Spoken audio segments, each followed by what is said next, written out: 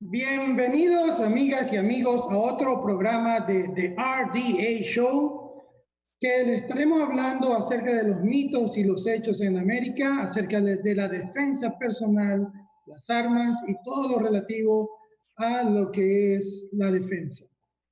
Con nosotros está, como siempre, Damien Yates. Damien. Hey, how you doing today, Tony? Very good, thank you. Thank you. Also, we have Marcos Díaz. ¿Cómo están? Y tenemos un invitado que tuvimos anteriormente y queremos hablar con él. Él, como saben, tiene experiencia en los Marines, es instructor de tiro preciso para el Army y para los Marines. Tiene una cantidad de background increíble y lo tenemos de vuelta con nosotros. Hoy vamos a estar hablando acerca de las armas y acerca de las preferencias. Sabemos que hay muchos usuarios nuevos. De hecho, las ventas se levantaron un 70% en abril en comparación al año pasado. Quiere decir que se han vendido casi alrededor de 2 o 3 millones de armas solamente en el mes de abril durante la pandemia. ¿Qué significa esto?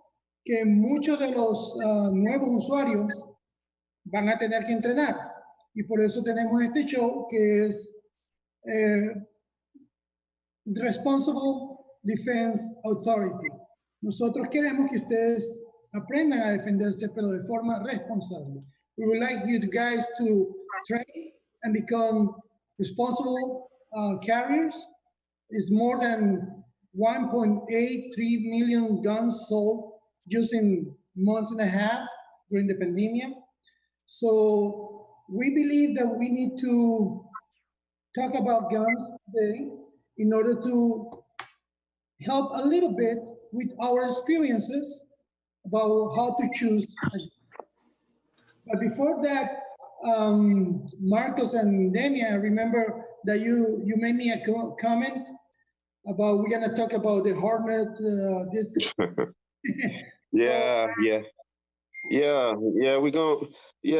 We just got rid where we're having an ease on the COVID-19. So, they say bring on the murder hornets. So now we have these 2-inch hornets that from Asia that apparently got their name due to this thing.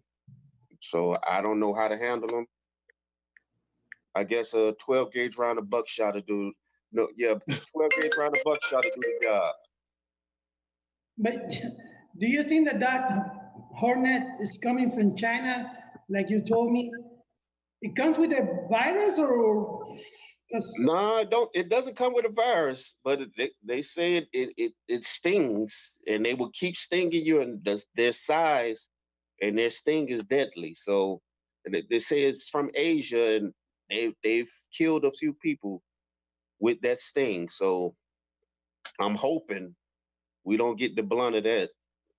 Oh, yeah, we saw a video that you guys posted, and maybe we're gonna post it on our page about one bee almost killed a mouse, right? No, it didn't almost, it did. It killed the mouse. Yes. Sure. Yes, it did. And it was almost the size of the mouse, as a matter of fact. Well, I believe that we have to be careful with everything that is coming on this day from China. So if you see a bee that is almost 2 inches, please call your police or your emergency numbers, because those are very, very dangerous bees. They call the killer hornet. Murder hornets. Murder hornets. Oh, come on. Murder hornets. That's the nickname, the Asian murder hornet. ¿Y alguno de ustedes ha visto ese hornet en persona, Damien, Marcos, Isaac? No, yo no. Gracias. La verdad que no. La verdad.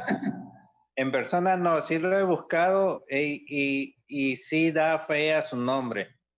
De simplemente verlo parece que es un hornet que está molesto, que quiere matar a alguien. Wow. Pero así, en vivo y en directo no, ni me quiero cruzar con ellos. Pero es importante que estemos atentos porque aparentemente han llegado muchas cosas y una de ellas es estos abejas asesinas 2 pulgadas de grande, o sea, una abeja de este tamaño. Si la ven, traten de irse del lugar donde están estas abejas y llamen a las autoridades para que tomen cartas en el asunto. Ahora vamos a entrar. Now we're going to start about guns and talking about the almost 2-3 million guns sold in the last 45 days. No. March alone, 2.5 million was sold. That was in March. That was in March. Yeah, almost. March was 2.5 and April is 1.8. So Wow. for them, 4 million guns, and most of them, I bet that they are new gun owners. Wow. 4.3 in 2 months. Yeah. Jesus. Can you imagine that? So right now we need to talk about why you guys, and I bet that also that many of the new gun owners just bought a gun without knowing if it fit good on them or is the right gun to carry, or if it's good enough for self-defense, etc. Muchas de estas compraron armas nuevas, no tienen mucha idea, o estoy seguro de que las compraron lo que había, porque se agotaron las existencias. Y al agotarse esas existencias, muchos de los nuevos usuarios no tomaron en cuenta algunas consideraciones para elegir un arma específica para sus necesidades de defensa personal, porque compraron lo que había a la mano en ese momento. Algunos sí lo hicieron y felicitaron la iniciativa de preguntar, asesorarse y luego comprar el arma. Pero para aquellos que no lo hicieron, creo que es interesante que hablemos un poco de eso. Si tienen alguna pregunta, estamos a través de las plataformas de Pangea FM, a través de Facebook que transmite en vivo y la plataforma de YouTube en Pangea FM. Por ahí nos pueden hacer algunas preguntas si están interesados y si tienen alguna especificación o alguna duda de lo que compraron. Vamos a hablar en este momento. We're going to talk about guns, why we choose a specific kind of guns. It doesn't matter actually the brand. Of course, we have some preference on that, but we want to talk about why we choose or why we recommend a specific caliber, sizes, and brands. I want to start to Isaac, which is he's a very good trainer, and he have a lot of experience to teaching with guns.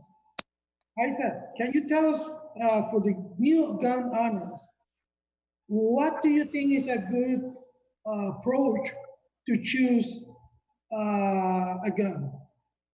So, Tony, what I recommend, especially if you've never had or handled any experience when it comes to a firearm, I think the first thing you need to do is seek out someone that has knowledge. And I'm not talking about going to your grandfather or going to your father-in-law or your uncle that has, you know, the one rifle that he got from his grandfather. He might know a lot, but I recommend for you going to a trained professional that has a little more experience than you or him. With that being said, right, it takes time behind that firearm to be able to decide what it is that you want.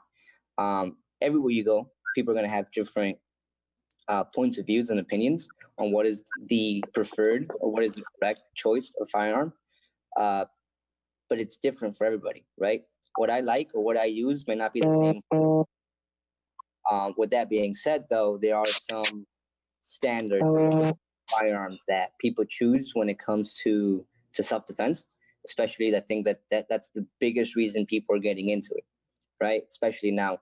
I had the wake up experience, you could say, of actually going to a gun dealer not so long ago, and I saw several people buying 22s and equivalent firearms, buying them for self-defense. Some of them because there was nothing else they could buy, and some of them because the guy behind the counter was telling them that was the right choice to use in a self-defense scenario. right? I actually went again, and then the next time I saw somebody buying a 357 Wing Mag bolt gun for self-defense. I don't know if you guys know anything about anything about calibers. That is that's a hunting rifle if I've ever seen one, unless you're shooting something at 1,700 feet away, or yards, sorry. So it really comes down to getting behind a firearm and using it. I don't think that there's a right caliber or a wrong caliber, but there is a spectrum that you have to go under, right? I would look at the military and law enforcement and see what they're using for the capabilities that you need, right? You're not going to be using a hunting round or a pest control round to be using as self-defense. I mean, if that's the only thing you have, then it's better than nothing, right? But if you could afford and have the luxury of picking out the right caliber, I think you should really do. And then, something that people overlook sometimes is, even though they buy a firearm that's in the right caliber, what they don't do is buy the right ammunition, right? Ammunition has a lot to do with it. So I think that it's not only getting the right gun for the job, it's getting the right ammo for the job to keep yourself protected. The law enforcement and the military, what is the most common caliber that they use? So for many, many years now, you've had standards, right? You have 7.62 NATO, which is the equivalent of a 308. You have the 5.56 or 223 that are used for the rifles. And I think that's the most common rounds out there that you have for self-defense. I mean, you have, some others that are really good, but they're a little more less common for long guns. And then for sidearms or pistols, depending on who you're speaking with, they would tell you anything like the 9mm or the 9 parallelum. Then you have the 45 ACP. You have the 40 Smith & Wesson. I wouldn't go anything lower than a 9, but in the past, they did carry the 38 Special. In my personal opinion, I don't like it. Unless you have a very specific reason to carry that round, then go ahead and do so. But I would try to stay away from something in the 350, in the 380 range. I would go for 9 or higher. Okay, perfect. And Damien, also I know that you like different calibers. Yeah. And as you see, Isa always start talking about the rifle. As a Marine, they depend on the rifle, so it's good. But most of the new owners, I believe that they're thinking in handguns. What do you think is a good idea for those new owners? I know that is, as I said, nothing lower than 9mm. So I wanted to hear your opinion. I want to know what you carry. Well, my opinion would be similar to Isaac. If for your first gun, you're starting out self-defense, nothing lower than 9mm. You start out 9, and I would say first gun, don't start out anything higher than 9mm. Why? It's a round that you can be more accurate with. For a first-time gun buyer, I don't want to tell them, hey, get this 45, and then they can't hit water if they fell out of a boat. So usually I instruct people, hey, get a 9mm. Me, my personal, I'm more with Glocks. So my personal choice, I would tell them to get a Glock 19. Why? We lost your audio. Damien. We lost the audio with Damien, so he's recommending the 9mm. Let me make a sign to him. Your audio, D. Hello? Yeah, now you go back.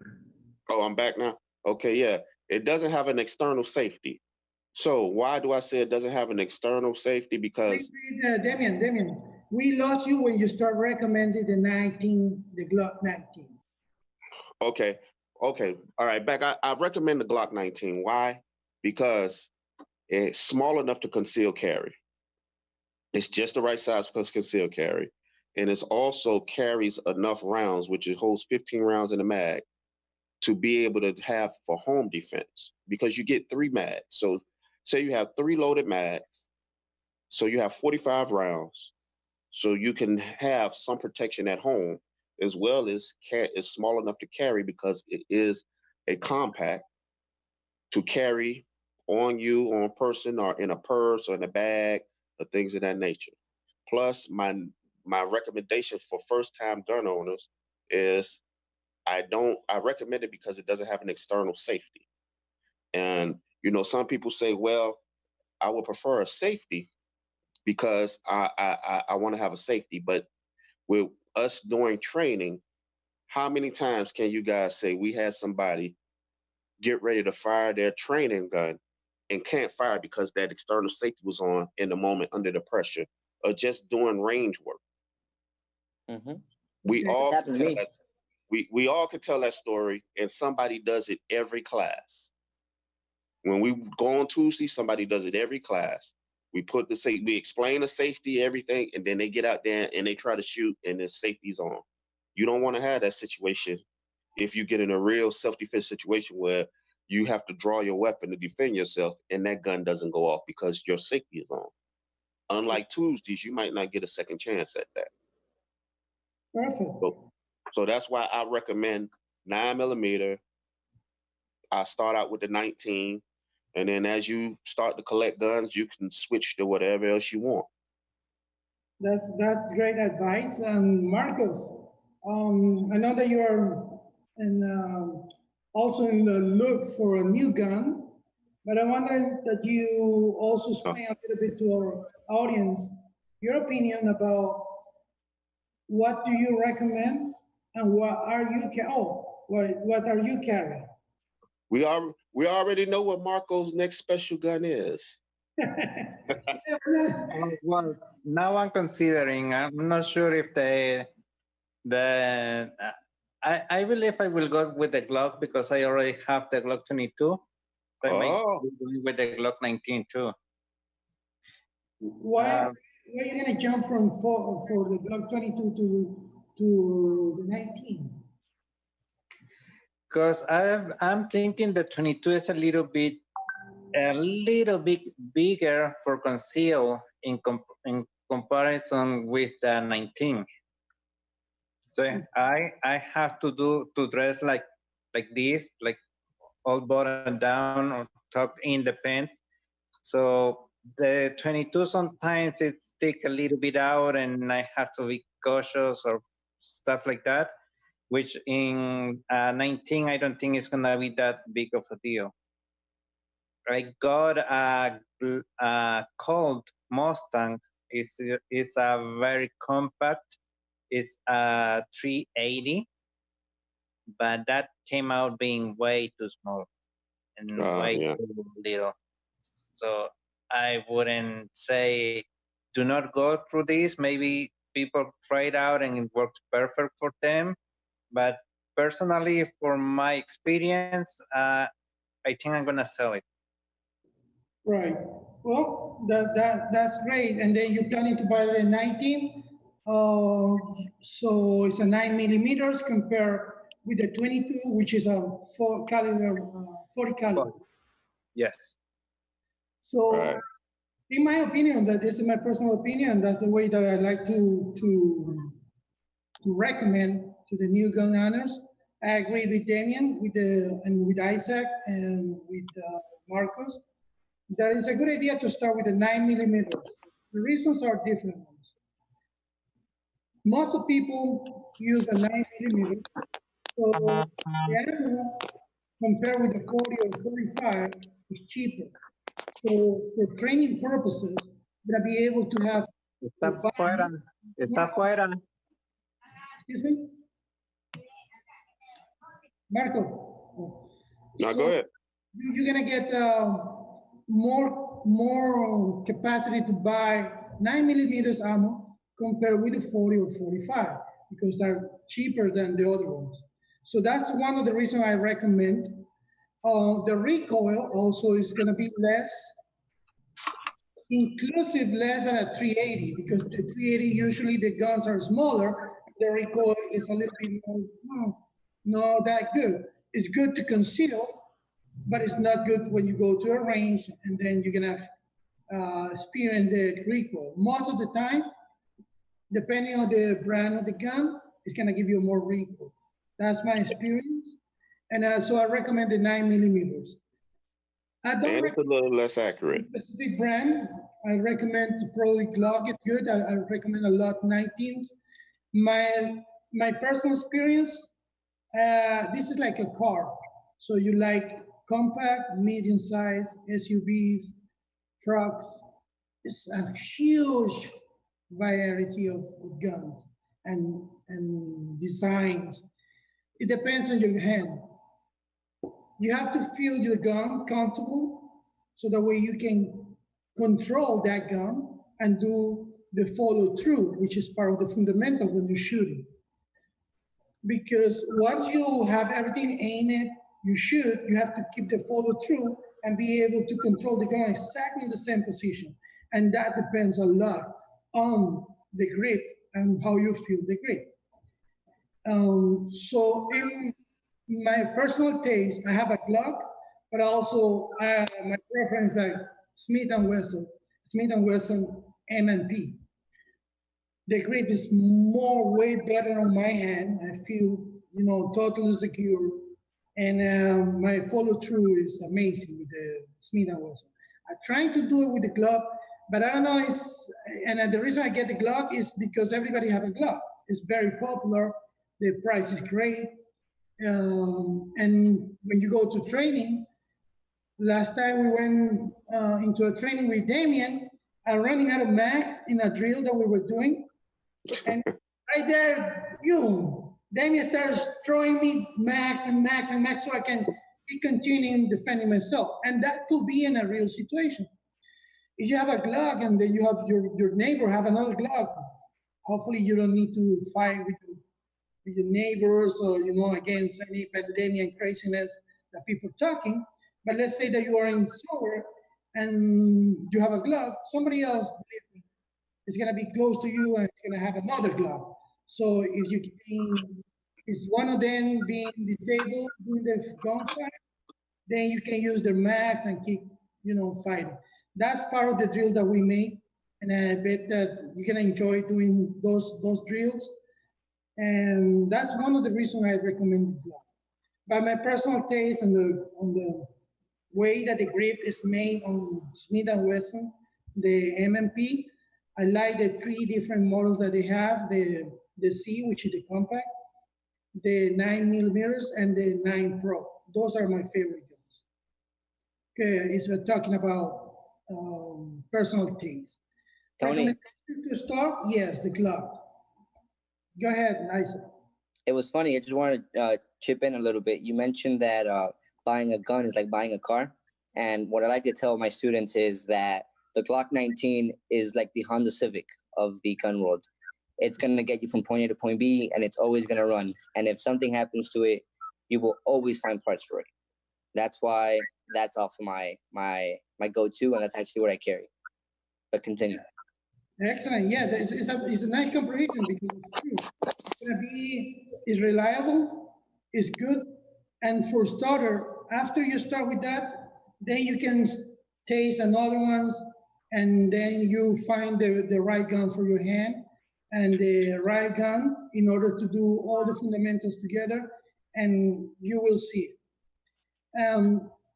About the caliber, talking about the 9mm, and if you guys want to talk about the difference between the prices and recoils between the 9mm and 45 and 3 and 22, I would like to hear what you guys think about the recoil and why it's more recommended with this. Okay, well, 9mm gives is a light recoil, and as we all know, all of the police agencies went back. They were 40 caliber. A lot of law enforcement agencies, FBI, Secret Service, they all went back to 9mm as well. 9mm rounds are now having the stopping power needed, especially with these plus P rounds. Now, myself, I carry 9mm at times, but I also carry 45. I like the big guy as well. So I carry a Glock 45, a 21, which is a 45 caliber at times, because I have bigger hands. So as I carry the 21, it feels better in my hands. And when I'm not carrying my 19, I carry my 17. Why? Because with bigger hands, it feels better to grip. Right. So 45, I still carry my 45. I love my 45 caliber, 45 ACP caliber, but I also carry 9mm. You know, there's always been an argument for years out of 9mm and 45. So I stopped the argument and I went with both. And Isaac, do you carry a 45 by any chance? I own one. I don't carry it just because I'm more in the mindset of if it's worth shooting once, it's worth shooting twice. And I'd rather carry more ammo. I have nothing against it. I know there's some 45s out there that has the same capacity as some of the 9mm variants. But generally speaking, you are able to carry a 2-to-1 ratio of 9mm compared to 45. Sorry.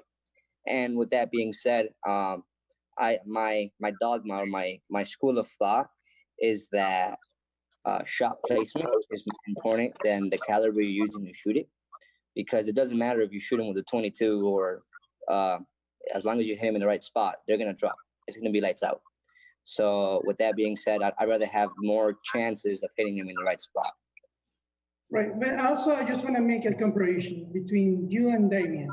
Okay. Like a 6'2", 6'3" height, and you Now I'm are about 6 feet. how tall? About 6 feet. 6 feet. And Isaac, you are? I'm 5'7" on a good day.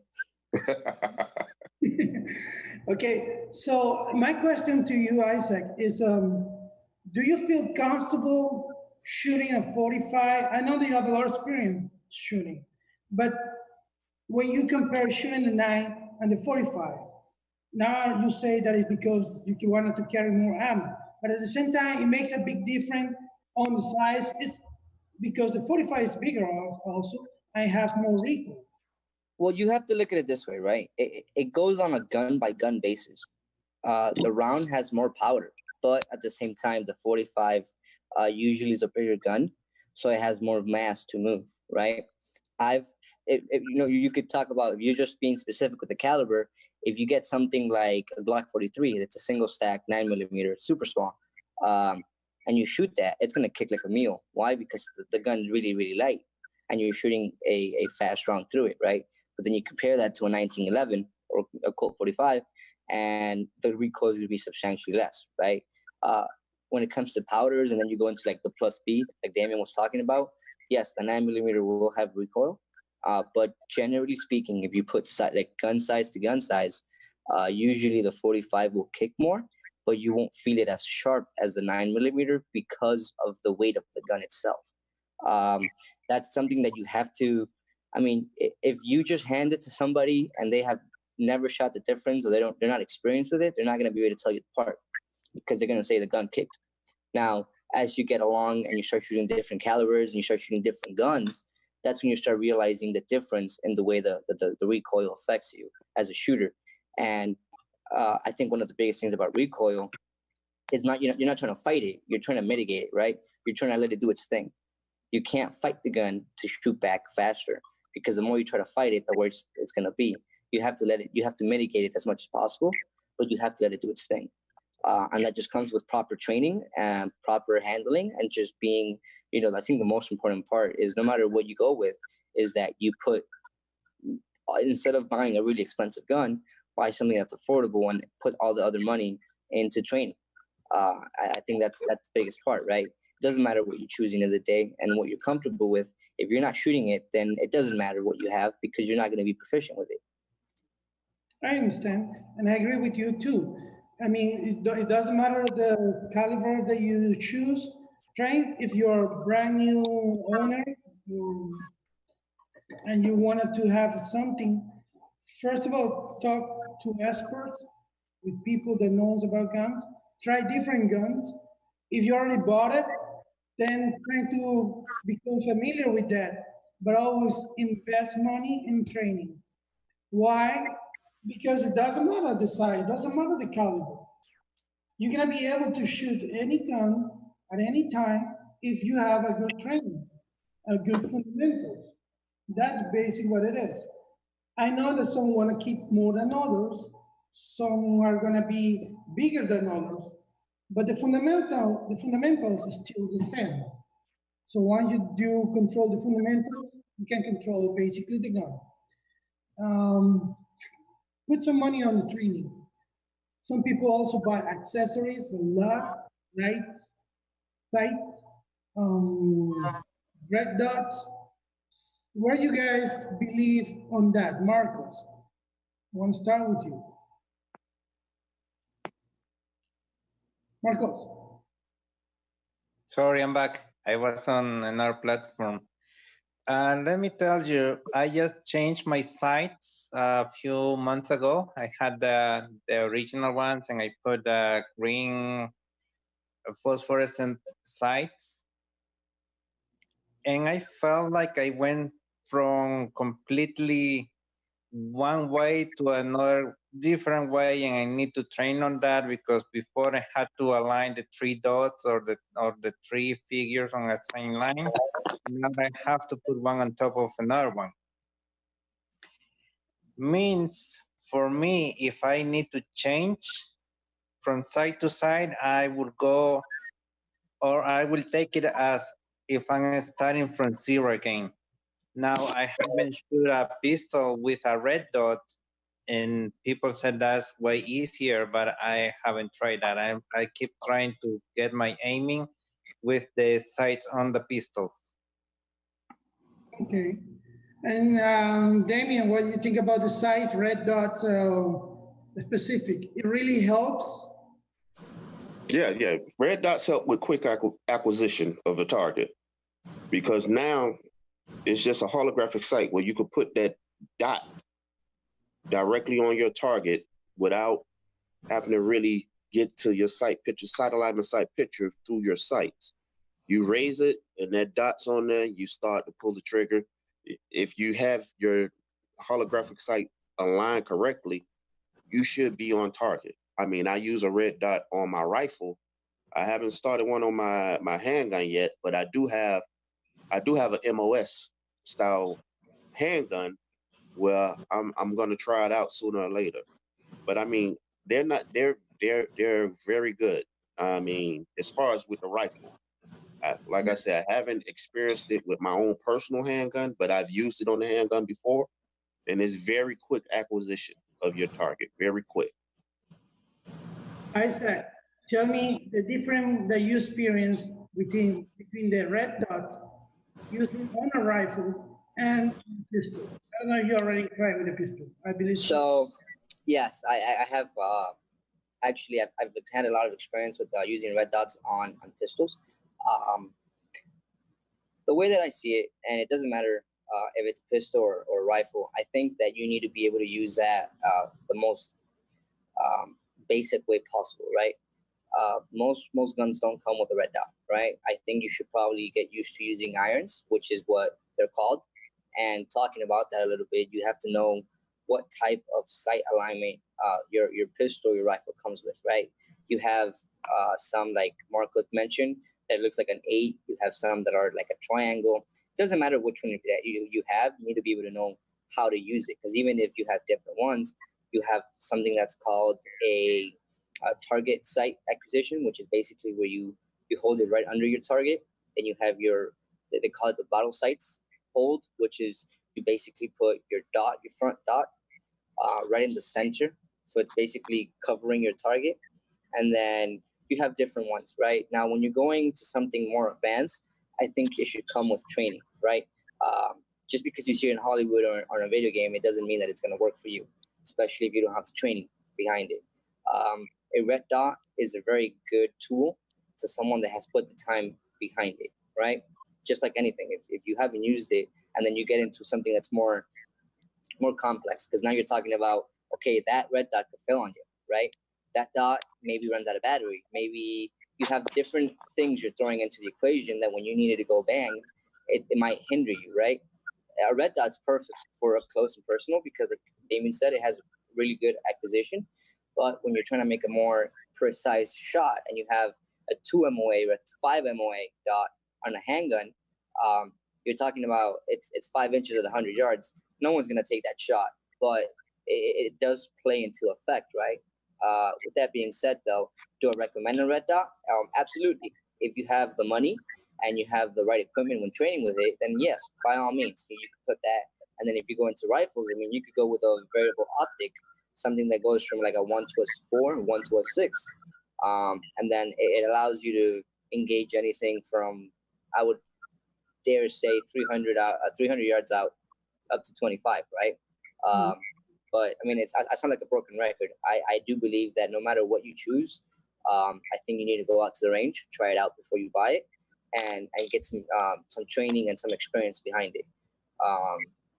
That's my training, not my training, but my thought behind this. Yeah, I my personal experience too is red dot is a very good tool. And if you have the money to get it, that's fine. But I believe that the red dot, in my personal opinion, works very, very, very good on rifles. But once again, with batteries that can die when you need it. That happens many times when you go to training because we forget just to turn it off, or somebody left the battery on, whatever. So when you're gonna use the rifle, then you ending with the basics. So my opinion, yes, you can go and get as many tools and fancy stuff you can get if you have the money, the time to train with that and take care of they're always being working. Why? Because if you don't know, you don't train with the basics all the time, at the moment that one of those equipment fails, you need to go back to basic. Sometimes they make a gap between the basic sights, and then you're not gonna be able to shoot in the right way. Training is not only sight, that's the basic. We train in different ways, like instinct shooting. That's when you get to kill or rob you, then you have to react, which is the reactive shooting. So in that case, you don't need the sights. You have to go with the training that you have and be able to aim and shoot the right way in order to be effective. So at that moment, all the tools you buy is gonna be useless. It's good. It's good to have it. I have my MOS. I love it. I use Lurie's 3, which is a very nice. At the beginning, when I bought it, wasn't good calibrated, so I have to send it back to the factory. They send me a brand new one, and that works perfect. And at the end, I just put that one. I take it off with my handgun. Why? Because when you bring to conceal, it makes more bulky. And 19. And I ended it to put in a Ronnie, you know, the mini pistol that is attachment to the Glock. So I use it on that one. Amazing. It's amazing, very accurate. But for myself, when you put it like that, you know, it's more bulky. And it's like we were start talking. This is like a car. It's preference. You have to try different stuff you really like, and that you know that you can work effective with that tool. Now that somebody talking about the caliber, the differences in grips, which is very important to do the follow through and the fundamental, the sights. What about triggers? Anyone recommend any specific before we go over the triggers? And I know that we were talking, Damien was talking about the Glock 19 that doesn't come with the safety. Many first-time gun owners probably asking for guns with safety. That is good to start.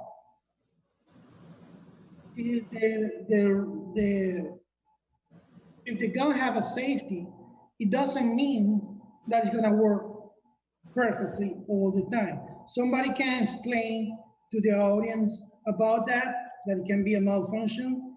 And So, properly secure. I recommend that they use it. I don't know if I wanted to hear your own experience and talk about it. one of the things that we are basically engraved into our memory is every single safety it's a mechanical device. Any mechanical device is subject to fail, right? There's nothing out there that's not mechanical that's bulletproof. What I mean by bulletproof, I mean that it will not fail on you. Are they safe? Yes. Are they reliable? Yes, they are. But it's still liable to fail on you, right? You should, if you follow your gun safety rules, then a safety is not needed. Why? Because that gun itself will always remain in a safe, will be used in a safe manner. Now, Can you tell us the three main rules as instructors as we are? One used to refresh everybody all those three rules, the main three rules. I like to teach 5, but the main 3, you basically have the first one, which is treat every weapon as it was loaded. Your second one, never point the weapon at anything you don't intend to shoot. And then the last one is keep your finger straight and off the trigger until you're ready to fire, right? Can if you follow those, you teach? Excuse me? Can you tell us the other two? Yeah, so keep your finger straight off the trigger until you're ready to fire. And then the last one is keep your weapon unsafe until you're ready to fire. That is subject to different guns, especially more for rifles than anything. I'm not, some wazoo out there saying, your finger is your safety, but I do believe that the biggest safety you have is in between your ears, right? If you use this more than this, then you can always be safe. With that being said, do I recommend the safety? Well, it depends. If that's something that you feel you need to be comfortable around your firearm, then by all means use it. It's an extra step you're gonna have to use, but who am I to tell you that you're wrong for that? If it makes you more liable to carry your gun and do it in a responsible manner, hey, to each their own. I'm not a big advocate for external safeties. Actually, the Glock that I carry, the Glock 19 in general, does have interior safeties. People don't know about that, but it has, I think, 3 interior safeties. Don't quote me on that. But exterior safeties, when you're talking about them, they're all liable to fail. That's great. Marcos, tell us about the safety in your point of view. Johnny, te voy a poner un poquito de español para que también nos escuchen la gente en Facebook. Oh. Yo tengo 2 handguns que mayormente cargo conmigo. La Glock y la Colt. Glock no tiene un external safety. Casi todo es el internal, a excepción del pequeño que está en el gatillo. Y la Colt Mustang tiene un external safety que está casi por la parte de arriba del gatillo. Cuando hago las prácticas y tengo que hacer un movimiento rápido con cualquiera de las armas, por más que he intentado practicar con la Colt, me quedo trabado porque jalo el gatillo y no pasa nada. Tal vez es cosa mía, pero cuando lo hago con la otra, con la 22 Glock, no tiene el external safety y puedo disparar en el momento que yo creo que es necesario disparar. Al tener las 2, veo que no es bueno. Para empezar, la Colt la compré casi como para tenerla como mi concealed, porque era la más pequeñita. La Mustang es un compact. Y yo pensaba que al estar concealed, de estar dentro de la ropa y de estar todo lo más que no visible que se pueda, tenía que tener un mecanismo de seguridad extra. Ahora estoy pensando que ese mecanismo de seguridad extra lo considero como un mecanismo de inseguridad, porque no estoy seguro cuándo voy a poder jalar el gatillo, cuándo no. Te lo digo como experiencia propia. Tal vez a otras personas les es al revés. Para mí no me fue mucho de los puntos por los cuales considero cambiar. Damien, can you tell us a little bit about the pros and cons of the safety on a gun? And then after, I'm gonna tell my experience. Pros and cons of safeties on guns. I mean, like Isaac was saying, Glocks don't have an external safety, but they are a safe action pistol. So within the trigger, you have a safety, a safe action in the trigger. Now, like I stated before, the pros of a external safety are you don't have to worry. Well, I'm not gonna say not have to worry, but you have a safety to stop your gun from going off when you don't want it to, if it works properly. But the con about it is, once again, once you get under pressure and you haven't trained for that pressure moment with a gun with an external safety, I can say 9 out of 10 times you will pull that gun to defend yourself, and you will not be ready and hit that safety off, and you have a chance that you won't be able to defend yourself. Because, like I say, we see it every time, every class, and we see it with gun carriers, not just people that come up and I never used a gun before. We've seen it with gun carriers that have a concealed that's carried 5-10 years, and they have that same issue. So the con about the external safety would be that when you get into a safety fence moment and you haven't trained to be able to click that safety off in that moment, that would be my con. That's right. That's right. It's in Spanish, because for the first gun owners, I always recommend, if they feel safe using the gun with safety, do it. I usually recommend to those people the shield that comes with and without safety. It's a single stack. It's a very easy to conceal. La shield Smith & Wesson es fácil de ocultar y viene con y sin seguros.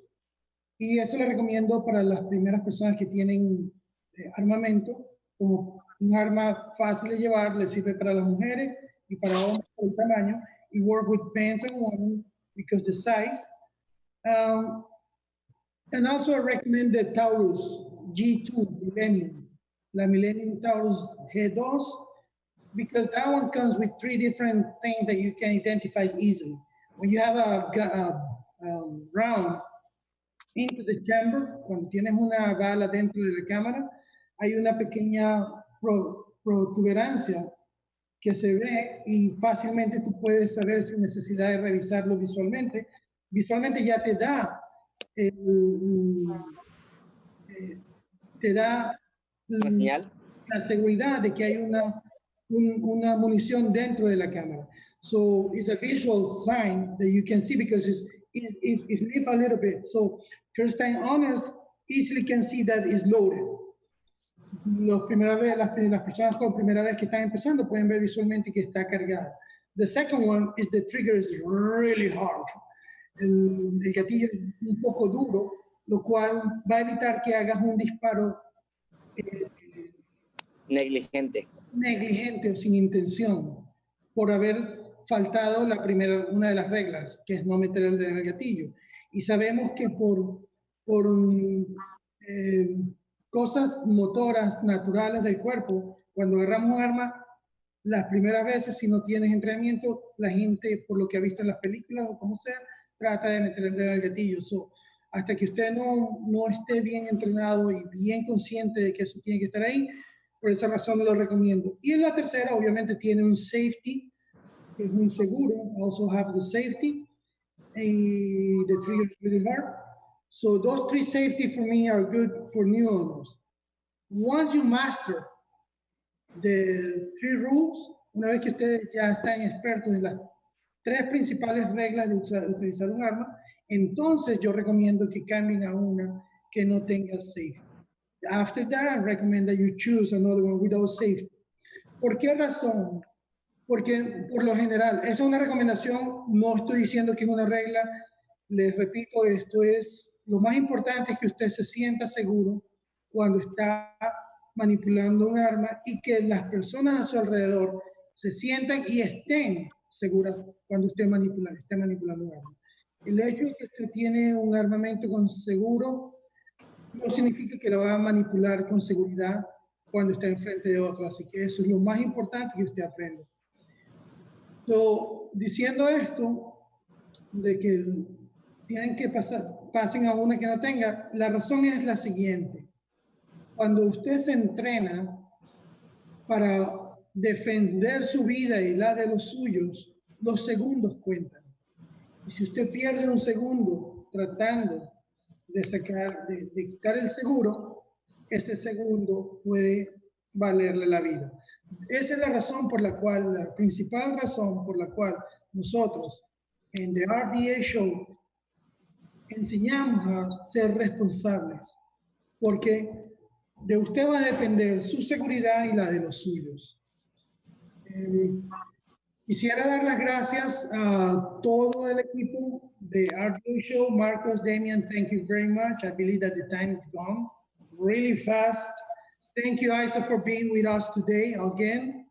And I'm going to thank also Pangea FM, CTU Security that provide us with the equipment and tools, and CTU Federal Academy for the training.